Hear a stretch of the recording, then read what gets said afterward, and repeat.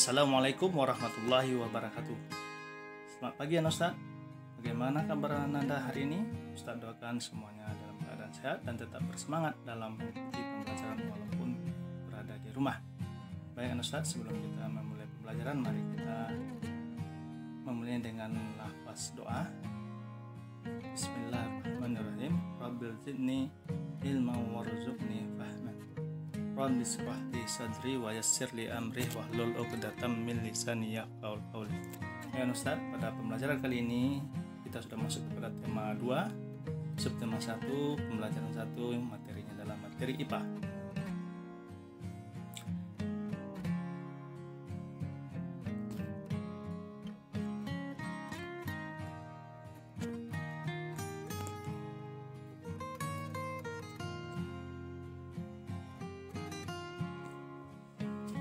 Adapun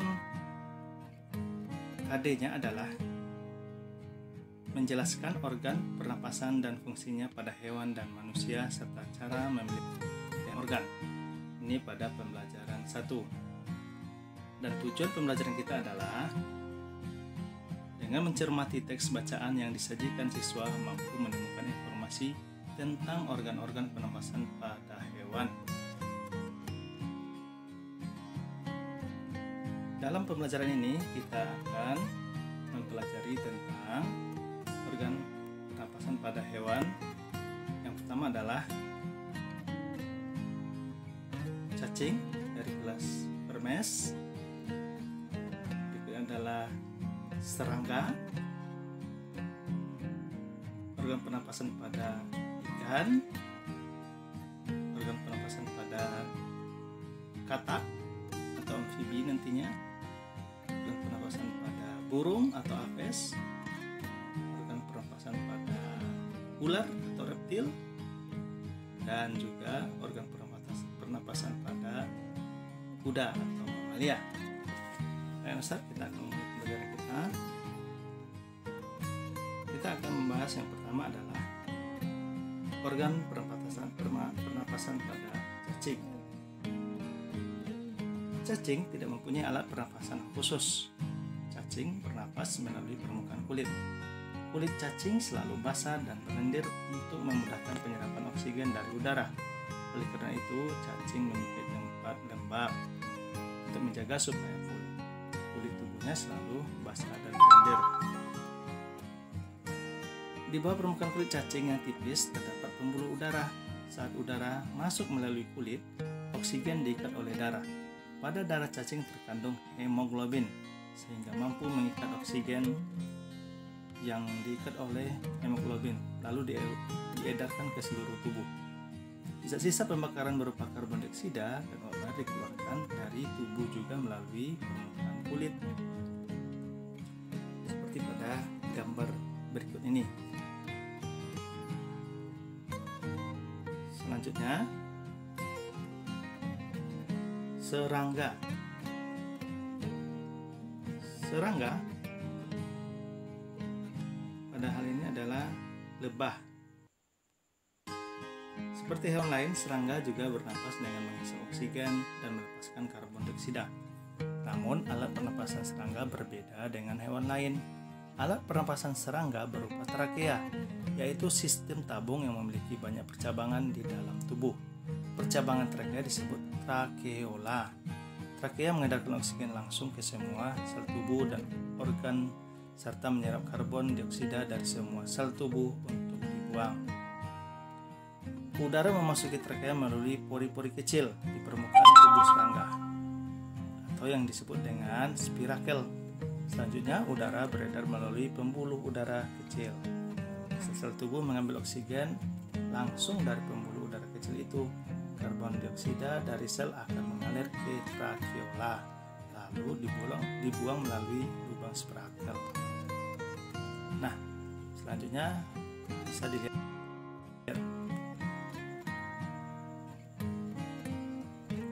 Berikutnya adalah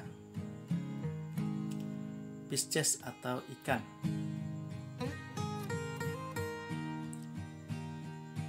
Pada gambar ini adalah anatomi insang. Ikan bernafas menggunakan insang. Semua makhluk hidup termasuk ikan memerlukan oksigen supaya tetap hidup. Pengambilan oksigen ini melalui proses pernapasan yang melibatkan organ pernapasan. Ikan bernafas dengan organ khusus mirip saringan yang disebut dengan insang. Insang berbentuk lembaran tipis, berwarna merah muda dan selalu lembab. Insang terdapat tepat di belakang rongga mulut pada kedua sisi kepala ikan. Biasanya insang dilindungi oleh selaput atau rangka yang disebut tutup insang atau disebut juga dengan operculum. Di balik tutup insang ini terdapat 4 deret insang yang saling tumpang tindih. Pada insang terdapat pembuluh darah halus.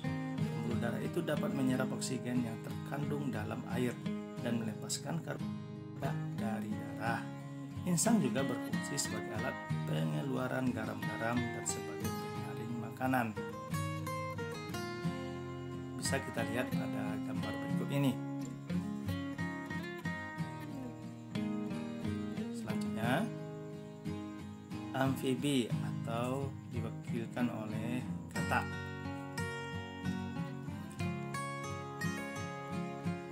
Katak termasuk hewan amfibi, yaitu hewan yang hidup di darat dan di air. Saat masih berupa kecebong, katak hidup di dalam air dan bernafas menggunakan insang. Insang kecebong terletak di luar tubuhnya dan terdiri dari atas lembaran-lembaran kulit halus mengandung kapiler darah. Setelah katak dewasa, katak bernafas menggunakan paru-paru. Di dalam paru-paru terdapat banyak gelembung udara yang sangat kecil, berselaput dan penuh dengan kapiler darah.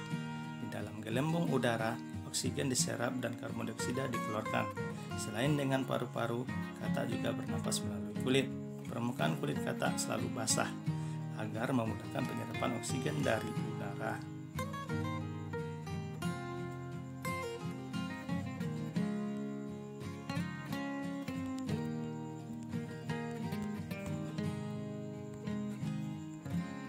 Selanjutnya adalah reptil, yaitu ular. Paru-paru reptil terletak di dalam rongga dada dan dilindungi oleh tulang rusuk. Paru-paru reptil sederhana dengan beberapa lipatan dinding yang dapat memperbesar permukaan paru-paru. Namun, paru-paru kadal dan buaya lebih kompleks dengan beberapa belahan dan bertekstur seperti spons.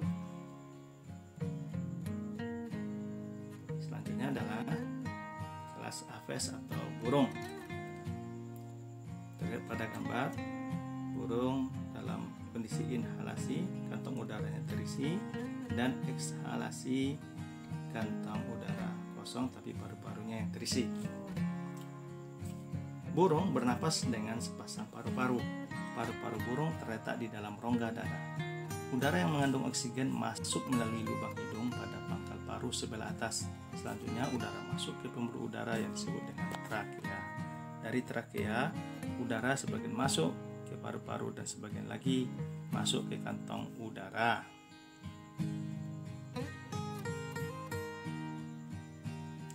Burung menghirup udara sebanyak-banyaknya saat tidak terbang. Sebaliknya, saat terbang burung tidak menghirup udara. Udara dihembuskan dari kantong udara ke paru-paru. Kantong udara burung berfungsi sebagai tempat menyimpan udara. Saat tidak terbang, burung menghirup udara sebanyak-banyaknya. Udara yang dihirup itu kemudian disimpan dalam kantong udara. Saat terbang, burung tidak menghirup udara melainkan mengambil dari kantong udara. Kantong udara juga membantu burung saat terbang, membantu mencegah hilangnya panas tubuh yang terlalu besar dan memperkeras suara. Jadi, untuk burung, alat pernapasannya terdiri dari paru-paru dan juga kantong udara. Berikutnya adalah kelas mamalia. Mamalia adalah jenis hewan yang menyusui anaknya. Ada 2 jenis mamalia, yaitu mamalia darat dan mamalia air. Mamalia darat misalnya kambing, sapi, kerbau, dan kuda. Mamalia air misalnya paus, duyung, dan lumba-lumba. Alat pernapasan mamalia darat terdiri atas hidung, pangkal tenggorok, batang tenggorok, dan paru-paru. Perhatikan gambar organ pernapasan kuda berikut ini.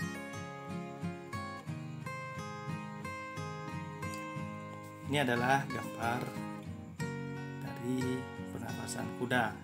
Sana sudah ada organ-organ pernafasan terdiri dari hidung, trakea, paru-paru, ke bronkiolus, dan alveoli. Dan ini adalah gambar mamalia air, yaitu lumba-lumba. Pada mamalia air, hidungnya dilengkapi dengan katup. Saat mamalia tersebut menyelam, katup akan menutup. Sebaliknya, saat mamalia tersebut muncul ke permukaan air, katup terbuka. Saat itulah mamalia air tersebut akan menghirup oksigen serta mengeluarkan karbon dioksida dan uap air. Baiklah anak-anak, untuk mempertajam materi kita, usahakan memberikan tugas. Itu tugasnya adalah jelaskanlah perbedaan organ pernapasan antara cacing, ikan, katak, ular, burung, serangga, kuda, dan lumba-lumba. Demikianlah pembelajaran kita. Kita akhiri dengan hamdalah. Alhamdulillahirrabbilalamin. Kita sempurnakan dengan doa kafaratul majlis. Subhanakallahumma wa bihamdika asyhadu an la ilaha illa anta astaghfiruka wa atubu ilaik. Assalamualaikum warahmatullahi wabarakatuh.